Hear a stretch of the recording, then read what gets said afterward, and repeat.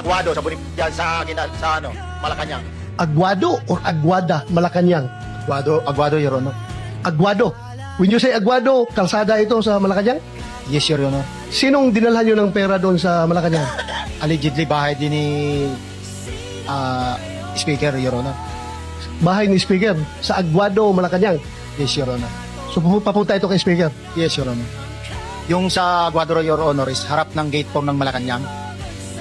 Yung Maraming gate ang Malacanang. Anong gate? gate 4, harap ng gate 4 siya, Your Honor. Thank you.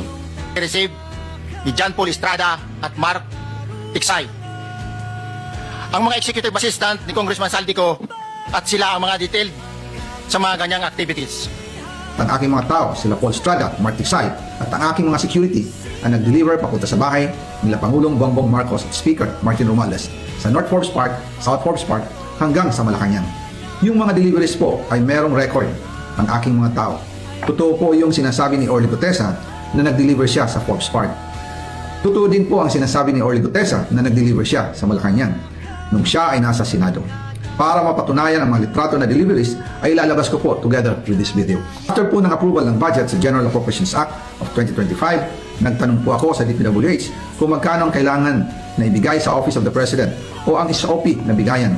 Ang sinagot sa akin ay 25%. Ang ibig sabihin nito, 25% ng 100 billion ang SOP na kailangan ibigay kay BBM mismo. In total, 25 billion ang napunta kay Pangulong Bongbong Marcos.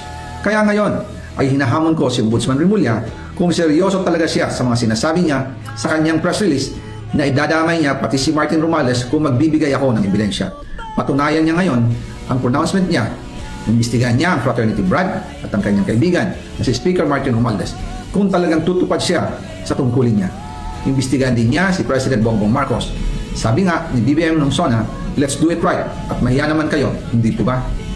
Nananawagan din po ako sa Senado na imbestigahan ang 100 billion insertion Presidente. Alam ko po na hindi gagawin ni Ombudsman Remulla ang hamon ko. Pero magaling ang Senado sa investigasyon at ako ay naniniwala na dahil sa kanila, lalabas ang katotohanan.